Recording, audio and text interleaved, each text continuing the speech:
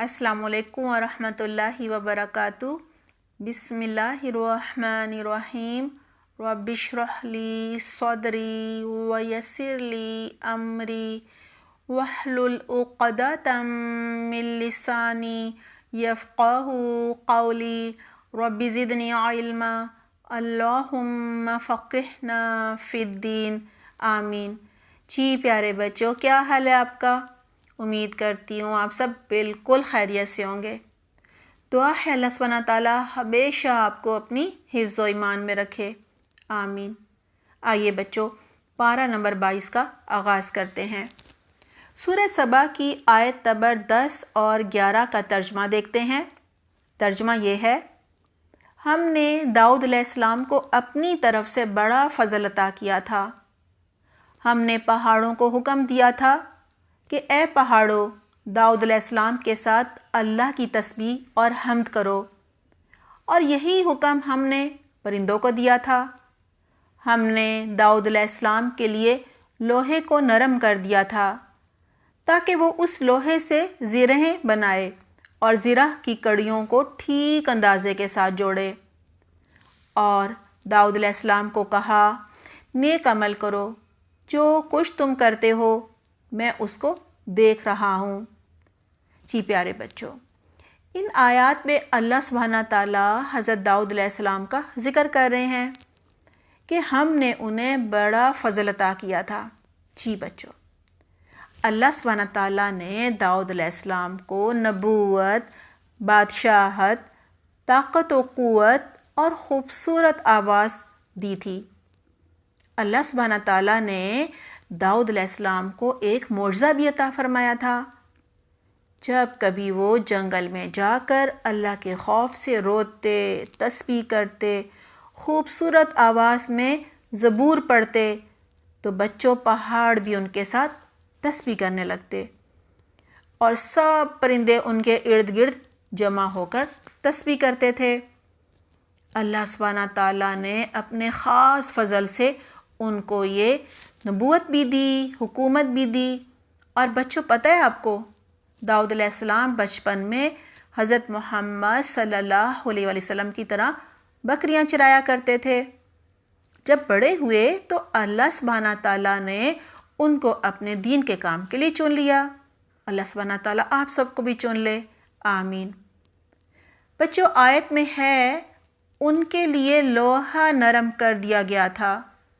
جی پیارے بچوں، اللہ سبحانہ تعالیٰ نے حضرت داؤد علیہ السلام کو یہ نعمت بھی دی تھی کہ ان کے لیے لوہے کو موم کی طرح نرم کر دیا تھا، اور اللہ سبحانہ تعالیٰ نے یہ حکم بھی دیا تھا کہ لوہے سے جنگ میں پہننے والی زرہیں بناؤ اور لوہے کی کڑیاں بنا کر ٹھیک ٹھیک اندازے کے ساتھ آپس میں جوڑو اور نیک کام کرو، اور جو کچھ بھی تم کرتے ہو ہم دیکھتے ہیں۔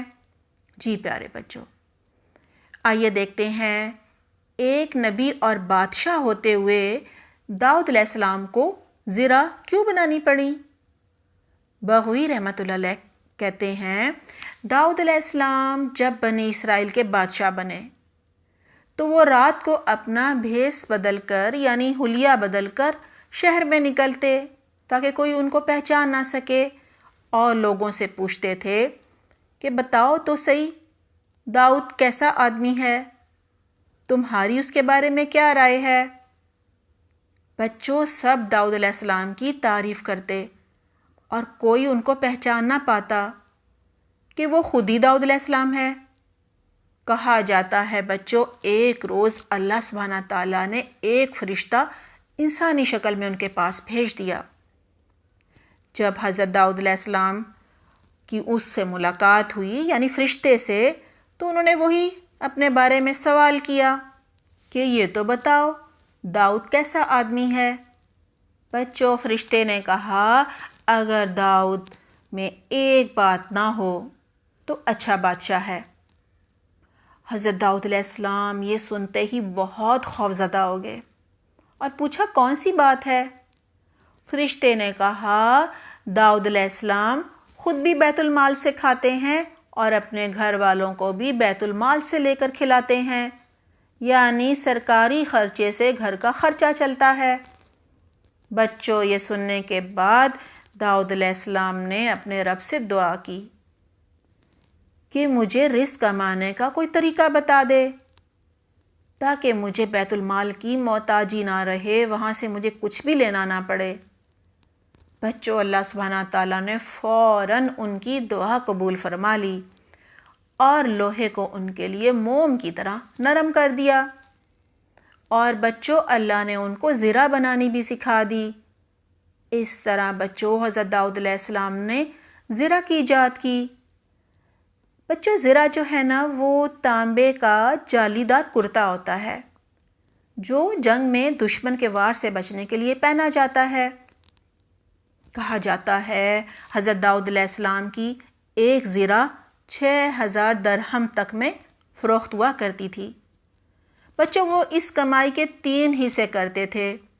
ایک حصہ گھر والوں پر خرچ کرتے تھے، دوسرا حصہ صدقہ کر دیتے تھے اللہ کے راستے میں، اور تیسرا حصہ زرہ بنانے کے لیے لوہا خریدنے میں لگا دیتے تھے۔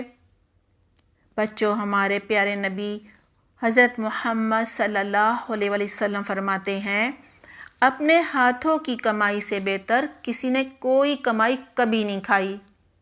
اللہ سبحانہ تعالیٰ ہم سب کو بھی توفیق دے، آمین۔ اللہ سبحانہ تعالیٰ کے نبی حضرت داؤد علیہ السلام بادشاہ ہونے کے باوجود اپنے ہاتھ کی کمائی کھاتے تھے۔ جی بچوں، اللہ سبحانہ تعالیٰ رزق حلال کمانے اور کھانے کی ہر ایک کو توفیق اور ہمت دے۔ پیارے بچوں، اب ہم سورہ سبا کی آیت نمبر 12 کا ترجمہ دیکھتے ہیں۔ ترجمہ یہ ہے، اور سلیمان علیہ السلام کے لیے ہم نے ہوا مسخر اور تابع کر دی تھی، یعنی ہوا ان کے حکم کے مطابق چلتی تھی۔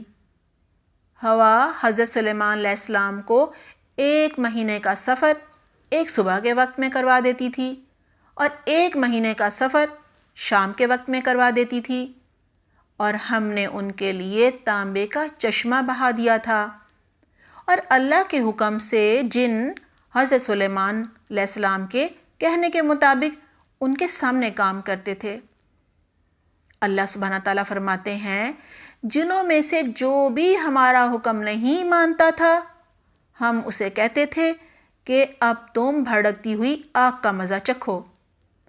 جی پیارے بچوں، اس آیت سے پتہ چلتا ہے کہ اللہ سبحانہ تعالیٰ ہر چیز پر قادر ہیں، قدرت کے قوانین کے خلاف جا کر بھی اپنے نبیوں کی، اپنے پیارے بندوں کی مدد فرماتے ہیں۔ جی پیارے بچوں، حضرت سلیمان علیہ السلام کا زمانہ ہوائی جہازوں کا زمانہ تو نہ تھا نا، لیکن اللہ سبحانہ تعالیٰ نے ہوا کو حضرت سلیمان علیہ السلام کے تابع کر دیا تھا، یعنی ان کے کنٹرول میں کر دیا تھا۔ بچوں، حضرت سلیمان علیہ السلام اپنی فوج اور سارے سامان اور سارے لشکر کے ساتھ تخت پر سوار ہو جاتے تھے۔ تخت ہوا میں اڑتا ہوا 1 مہینے کا سفر صبح سے زوال تک میں طے کر لیتا تھا۔ اس طرح شام سے یمن پہنچ جاتا، کیونکہ یہ سفر ایک تیز رفتار گھوڑا 1 مہینے میں طے کرتا ہے۔ بچوں، اسی طرح یمن سے شام کی طرف واپسی زوال سے مغرب تک میں ہو جایا کرتی تھی۔ بچوں، حضرت حسن بصری رحمۃ اللہ علیہ فرماتے ہیں، اللہ سبحانہ تعالیٰ نے حضرت سلیمان علیہ السلام کے لیے ہوا کو مسخر کر دیا تھا۔ یہ معجزہ ان کو ان کے ایک عمل کی وجہ سے ملا تھا۔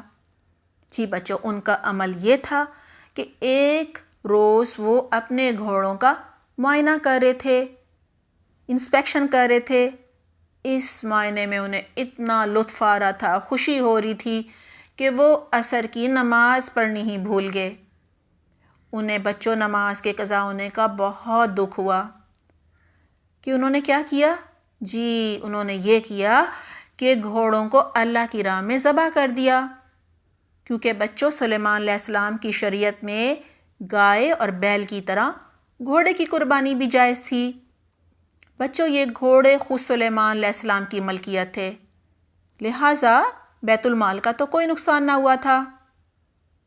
جی بچوں، یہ اللہ کی راہ میں قربانی تھی، کیونکہ سلیمان علیہ السلام نے اپنی سواری کے جانور قربان کر دیے تھے، لہٰذا اللہ سبحانہ تعالیٰ نے ان کی اس قربانی کو قبول فرما لیا اور انہیں گھوڑوں سے بہتر سواری عطا فرما دی۔ واللہ عالم۔ جی بچوں، اللہ سبحانہ تعالیٰ اس آیت میں مزید فرماتے ہیں، ہم نے سلیمان علیہ السلام کے لیے تانبے کا چشمہ بہا دیا تھا۔ حضرت ابن عباس رضی اللہ عنہ فرماتے ہیں، یہ چشمہ اتنا بڑا اور لمبا تھا کہ اگر اس کے ساتھ ساتھ سفر کیا جائے تو 3 دن اور 3 راتیں لگ جائیں۔ بچوں، اللہ سبحانہ تعالیٰ نے تانبے کو اس چشمے میں پانی کی طرح بہا دیا تھا، اور یہ گرم بھی نہ تھا، تاکہ اس سے جنگی آلات، برتن اور ضرورت کی دیگر چیزیں بنائی جا سکیں۔ جی بچوں، جب چیزیں بن جاتی تھیں تو تانبا سخت ہو جاتا تھا، یہ بھی ایک بہت ہی بڑا معجزہ تھا۔ اور بچوں، یہ اللہ سبحانہ تعالیٰ کی ایک بہت بڑی نعمت بھی تھی۔ اللہ سبحانہ تعالیٰ اس آیت کے آخر میں فرماتے ہیں، اللہ کے حکم سے جن حضرت سلیمان علیہ السلام کے کہنے کے مطابق کام کرتے تھے۔ جی بچوں، حضرت سلیمان علیہ السلام کے لیے جنات کی تسخیر ایسی نہ تھی جیسے سورج، چاند اور ستاروں وغیرہ کی ہے کہ بس کام کرتے چلے جاؤ خود بخود، بلکہ جنات حضرت سلیمان علیہ السلام کے سامنے کام کرتے تھے، جیسے نوکر، خدمتگار مالک کے سامنے ہی کام کرتے ہیں، مالک چلا جائے تو ٹھیک کام نہیں کرتے۔ جی بچوں، حضرت سلیمان علیہ السلام جو چاہتے ان جنات سے کام لیتے۔ آپ کو پتہ ہے بچوں کیا چیزیں بنواتے تھے؟ جی، تانبے کے بڑے بڑے حوض، اپنی جگہ سے نہ ہلنے والی، نہ ہٹنے والی بھاری بھاری دیگیں اور اونچی اونچی عمارات، یہ سب بنواتے تھے۔ جنات کو اللہ سبحانہ تعالیٰ نے یہ بھی بتا دیا تھا کہ اگر وہ حضرت سلیمان علیہ السلام کا حکم نہیں مانیں گے تو بھڑکتی ہوئی آگ میں ڈال دیا جائے گا انہیں۔ جی بچوں، اللہ سبحانہ تعالیٰ نے ان جنات پر ایک فرشتے کو بھی مسلط کر دیا تھا چوکیدار کی طرح، وہ حضرت سلیمان علیہ السلام کا حکم نہ ماننے والے جن کو سزا دیا کرتا تھا۔ بچوں، حضرت سلیمان علیہ السلام حضرت داؤد علیہ السلام کے بیٹے تھے، دونوں کو اللہ سبحانہ تعالیٰ نے بے شمار نعمتیں دے رکھی تھیں جن کا بھی ذکر ہوا ہے، اور دونوں جو تھے نا بہت ہی عبادت گزار تھے اور اللہ کے بے حد شکر گزار تھے۔ دعا ہے اللہ سبحانہ تعالیٰ ہمیں بھی اپنے عبادت گزار اور شکر گزار بندوں میں شامل فرما لے، آمین۔ جی پیارے بچوں، اپنا اور اپنے گھر والوں کا بہت خیال رکھیے گا۔ سبحانک اللہم و بحمدک، نشہد لا الہ الا انت، نستغفرک و نتوب الیک۔ والسلام علیکم ورحمۃ اللہ وبرکاتہ۔